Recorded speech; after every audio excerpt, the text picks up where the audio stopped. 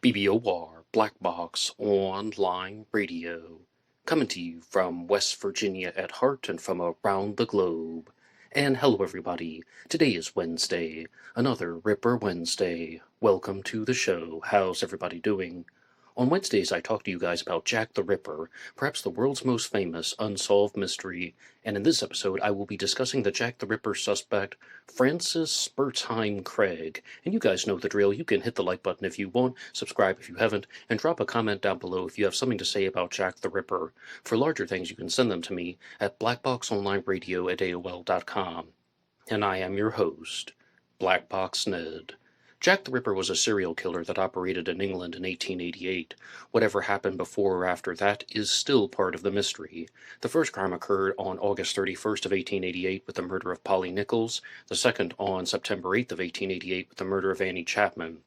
Then there was the double event on September 30th of 1888, which saw the deaths of two people, Liz Stride and Catherine Eddowes, and finally on November 9th of 1888 with the murder of Mary Kelly. Now, on some previous episodes of Ripper Wednesday, I've been talking to you guys about a book that I've been reading called Jack the Ripper, A True Love Story by Wynne Weston Davies. And that's because, in addition to talking about his suspect, he also has chapters on all of the victims and the murders that were committed by Jack the Ripper. So I've discussed this in some recent episodes, particularly last week when I did one on the murder of Annie Chapman. And there's just lots of comments that have been made about the entirety of the Jack the Ripper mystery. But this is finally getting to the suspect that has been proposed by Wynne Weston Davies in his book Jack the Ripper, A True Love Story, and he does have another book out there called The Real Mary Kelly, and his suspect is named Francis Spurzheim Craig. And this is going to be a very big set of Jack the Ripper claims, theories, hypotheses, and observations that have been made by Wynne Weston Davies. So firstly, who was Francis Spurzheim Craig? And before we say anything else, I just have to tell you that that is a very strong-sounding name. And he gets that name for a very particular reason. Francis Craig's father was a phrenologist. His name was Dr. E.T. Craig, and he named his son after two other phrenologists. One of them was Dr. Franz Gull, Franz, turning into Francis in the English language, and the other one was Dr. Johann Spurzheim. So he received this because of his father's profession, and I'm not going to pretend that I know everything about phrenology, and what I heard about it in the past was that it's about feeling the bumps on someone's head and trying to learn things about the human body as well as just about the person in general. I didn't even Google the word phrenology again. That's just my understanding of it when I heard about it years ago, because I'm not too concerned with that part of it. But yes, Dr. E.T. Craig was a phrenologist, and his son was named Francis Spurzheim Craig. He was born in 1837, and I was actually really surprised when I saw that, because Jack the Ripper operated in 1888, so we're dealing with a 51-year-old Jack the Ripper. And this is something that I just found to be somewhat of a shock, because quite older than a lot of the other Jack the Ripper suspects, and also older than some of the witness sightings of people who saw men walking about on the streets. A lot of the other estimations, including the psychological profiles, would place Jack the Ripper at a younger age, maybe about 30, even 35 or 36, or you could go in the opposite direction, say 30 or 25.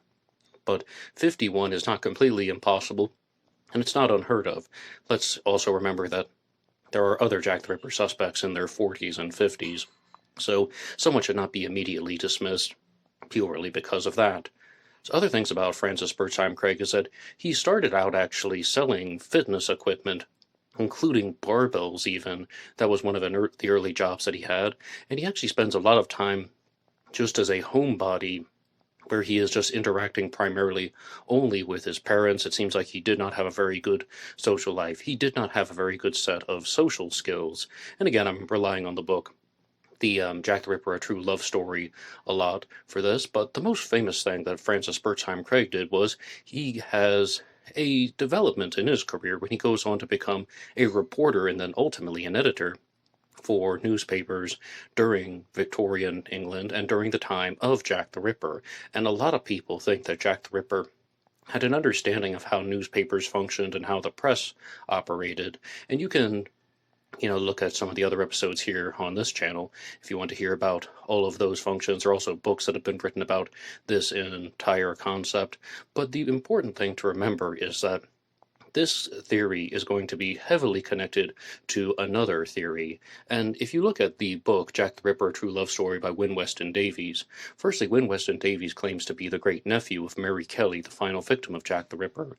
And one of the reasons why I wanted to read this book was for the fact that it's called Jack the Ripper, A True Love Story, and I wanted to know, well, what on earth is the love story going on with Jack the Ripper? And the second is because of the subtitle that says, Mary Kelly was his final victim. She had taken his heart, and now he was stealing hers.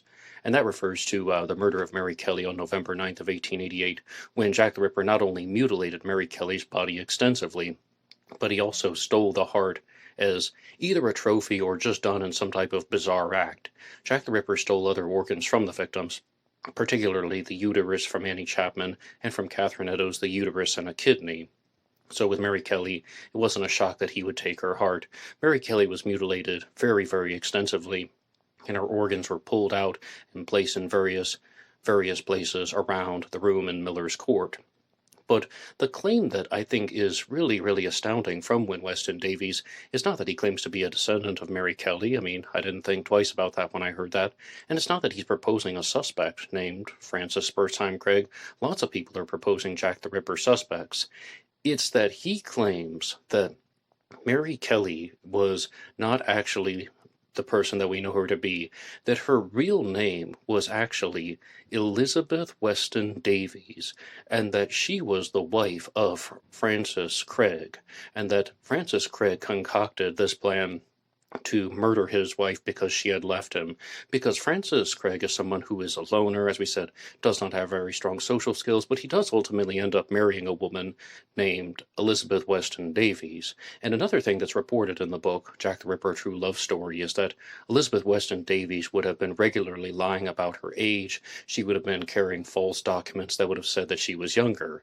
And I was also thinking about this because Mary Kelly was in her 20s at the time, and I just told you that Francis Craig was 51 years old. Not completely impossible. Even by today's standards, that's not unheard of. That you're going to have someone in their mid to late 20s marrying a 51-year-old or being married to a 51-year-old.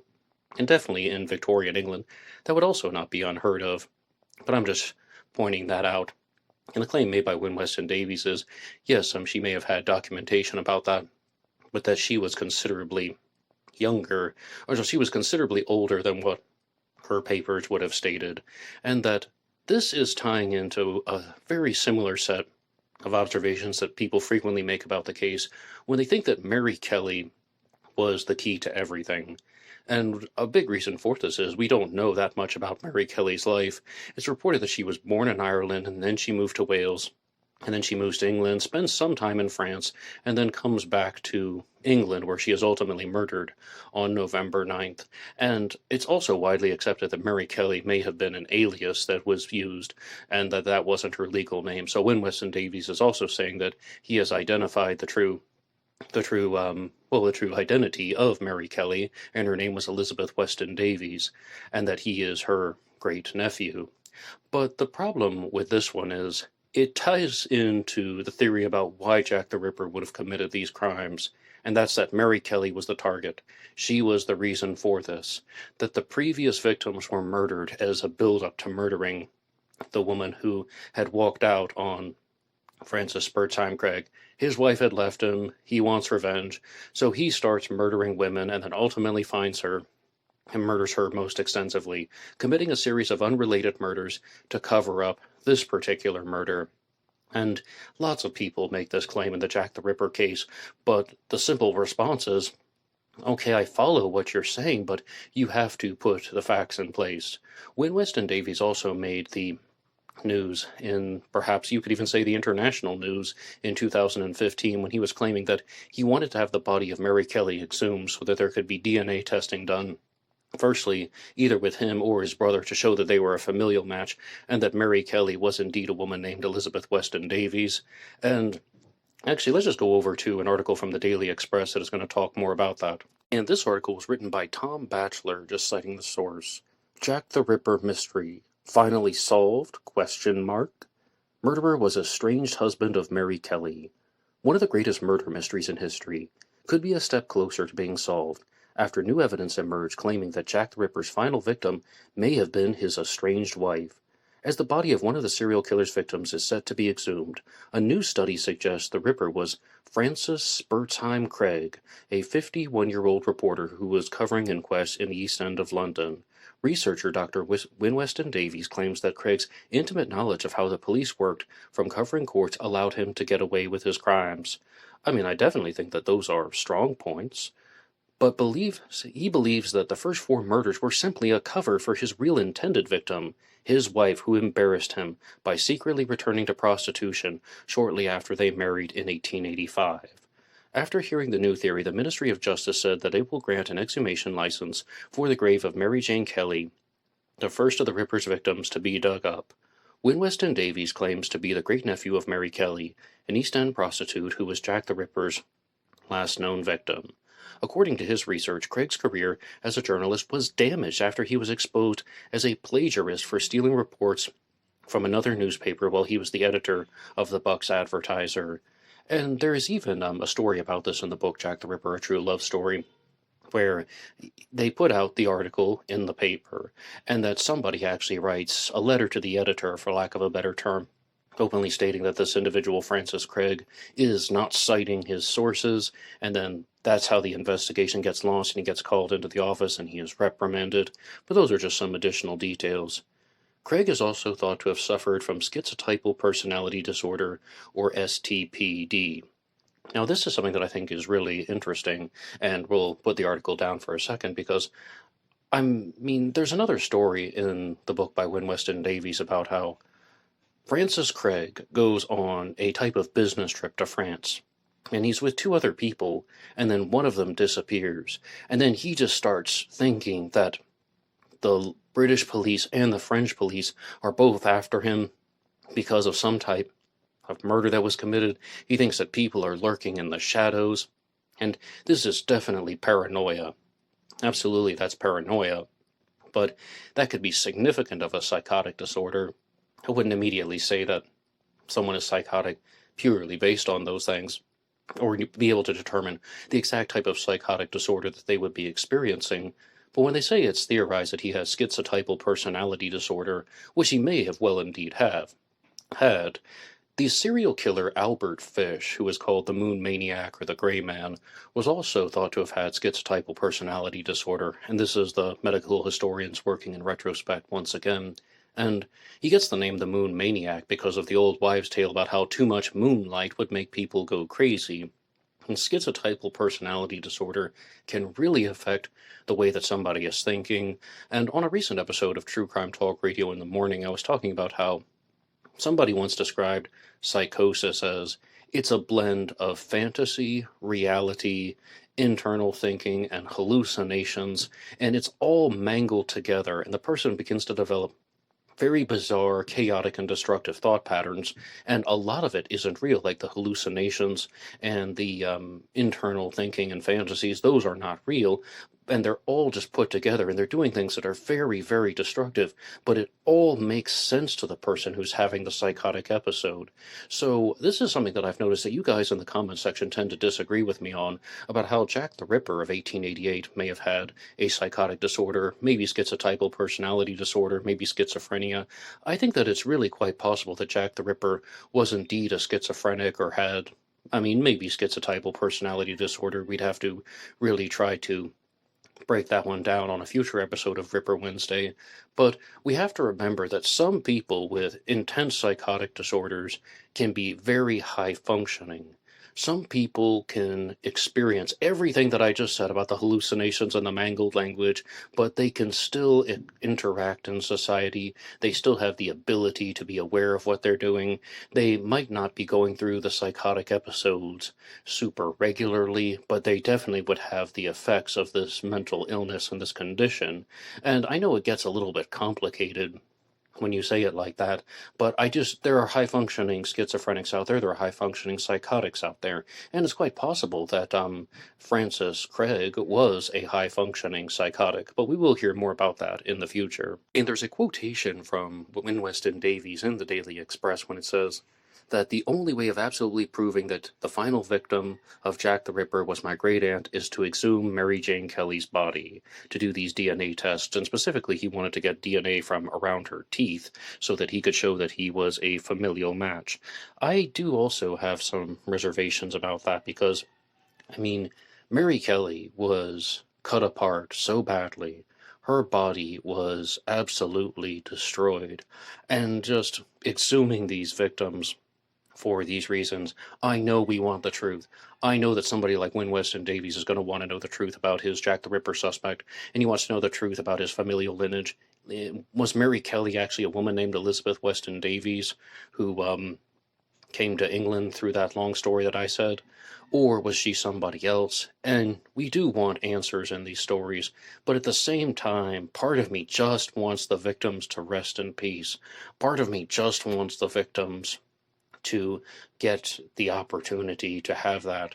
And that's the ultimate end goal. And the other thing, though, is there are going to be other methods that we can use to identify Jack the Ripper without exhuming the victims, because think about physical evidence that could be left behind at the crime scene. Maybe new artifacts will be discovered, as well as when people are mostly focusing on more abstract concepts in the 21st century. A lot of discussions happen in relation to behavioral profiling, although that will not do it 100%. We won't get 100% certainty unless we have some stronger pieces of physical evidence. But you can also weigh in the comment section down below if you have something to say about how you think the Jack the Ripper case should be solved. We can even ask that as a challenge question. Do you think that the victim's body should be exhumed to try and obtain evidence in the Jack the Ripper case? And I would say yes if they had a very, very good reason. If they only want to do this to try and get some type of DNA match between a possible descendant of the victim so he can prove the story, that to me is not sufficient. But there's an article that's written about Francis Spurzheim Craig over on Jack the Ripper Tour. Of course, Richard Jones is absolutely amazing with sharing resources and creating resources for people to explore, so I always thank Richard Jones for everything that he does. And it's actually called The Suicide of Francis Spurzheim Craig. Yes, he would pass away in 1903 for the previously stated reason. Francis Craig was a journalist and newspaper editor whose name has recently cropped up on the never-expanding list of Jack the Ripper suspects. In his book The Real Mary Kelly, Dr. Win Weston Davies makes the claim that his great-uncle Francis Spurzheim Craig was the man who carried out the Whitechapel murders in order to disguise the intention of murdering his wife, who had deserted him just a few months after their marriage, and whom he claims was in fact Jack the Ripper's final victim, Mary Kelly. Dr. Win Weston Davies attracted quite a lot of press coverage in 2015, and he also claimed that he had secured official permission to exhume Mary Kelly's body in order to extract DNA and compare it with a DNA sample of himself and or his brother. And this is written in giant big red letters on Jack the Ripper Tour. It came to nothing. As it happened, the little enterprise came to nothing, and it must be said that much of the evidence put forward in the book to suggest that Francis Craig was Jack the Ripper is tenuous, to say the least. And I just have to throw in my own personal responses to this, because I've told you guys a lot about what's in the book, Jack the Ripper, A True Love Story, a lot about what's posted online. I told you about this 2015 news story about how he wanted to have the body exhumed, and you saw, and I just told you there, big red letters it says it came to nothing. What I'm hearing with this theory is, this is like a tower of blocks. If you were just to place 10 blocks on top of each other in a tower, you can do that, and they will stand upright.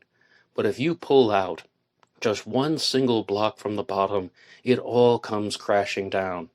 And that's what I'm noticing with this theory that has been concocted by Win Weston Davies, where everything just has to be in perfect order for it to work, because he's not only saying that he has identified Jack the Ripper, and you want to talk about a newspaper man who had schizotypal personality disorder, who had trouble making relationships, who had some very intense mother issues. As I said, he was His mother was primarily the only female that he was interacting during all those years that he spent at home.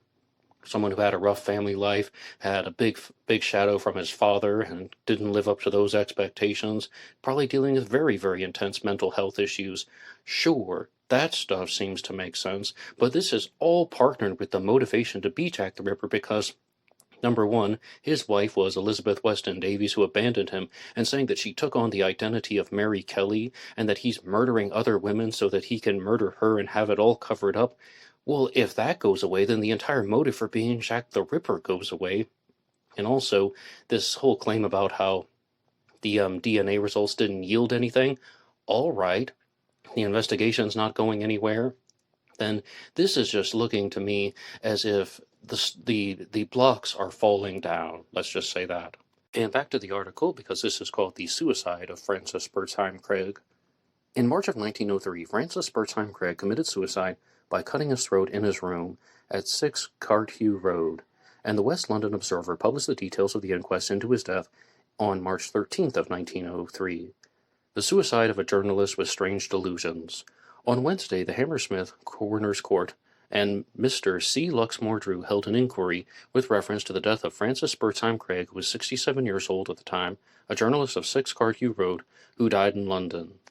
And if you do any further reading about this story, you'll see that he left a suicide note behind, and there are different variants of what could be found in the note.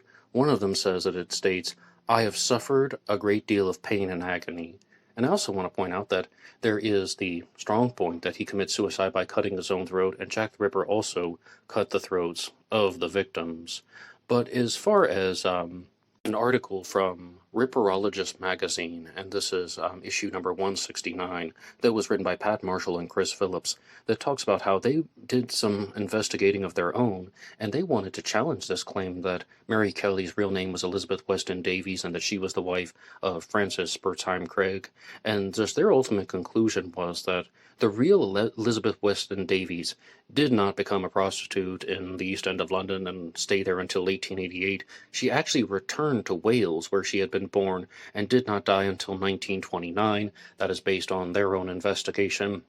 So my ultimate conclusion is, as of now, I mean, this is an ongoing discussion, but I think that Francis Spurzheim Craig is a rather low-ranking Jack the Ripper suspect. I'm not seeing a lot of strong, convincing evidence. I definitely think some of the mental health and personality issues could tie into the Jack the Ripper case, but I think that that would fit a suspect who was much younger. When we're looking at people like Aaron Kosminski, who was 23 years old, let me just talk to you guys about something. Was Jack the Ripper 23 years old, or was he 51 years old? Enormous age ranges for the suspect, but I mean, I think 23 is more likely than someone who was 51. And there are also other Jack the Ripper suspects out there who would have dealt with some very serious mental health issues, as well as other things like addiction. And another one has the same first name, and his name is Francis Thompson. And I think that he matches the psychological profile more closely than Francis Spurzheim Craig. And if you want to hear more about this, I mean, like I said, this individual, Francis Craig, is not the only Jack the Ripper suspect named Francis. I have multiple episodes about Francis Thompson as a Jack the Ripper suspect because I think he's one of the most fascinating Jack the Ripper suspects. He was a very accomplished writer and poet, so that, of course, gets my attention, even just from being a historical figure. And I also have episodes about Francis Tumblety here on this channel, who's an even more widely discussed Jack the Ripper suspect. But what do you think about Francis Spurzheim Craig as a Jack the Ripper suspect? Please put your ideas in the comment section down below. Do you agree or disagree with any of my observations? Do you want to challenge me on any of these points? Do you think that those things I said about Jack the Ripper's mental health and personality could be accurate, or do you think they're completely wrong? Do you think that it's reasonable to look at a Jack the Ripper suspect that was 51 years old? And do you think that Mary Kelly's real identity was Elizabeth Weston Davies, or do you agree with the people who decided to go through the records and locate the real Elizabeth Weston Davies, who died in 1929 in Wales? I'd love to know your responses. Please put them in the comment section down below. One more time, you can write the show at blackboxonlineradio@AOL.com. You can also get me on Facebook. My personal Facebook name is Ned DeHaan, and there's always BlackboxNed88 on TikTok and Instagram, and I mostly use those pages to release shorts and reels, and I will see you over there. Until next time.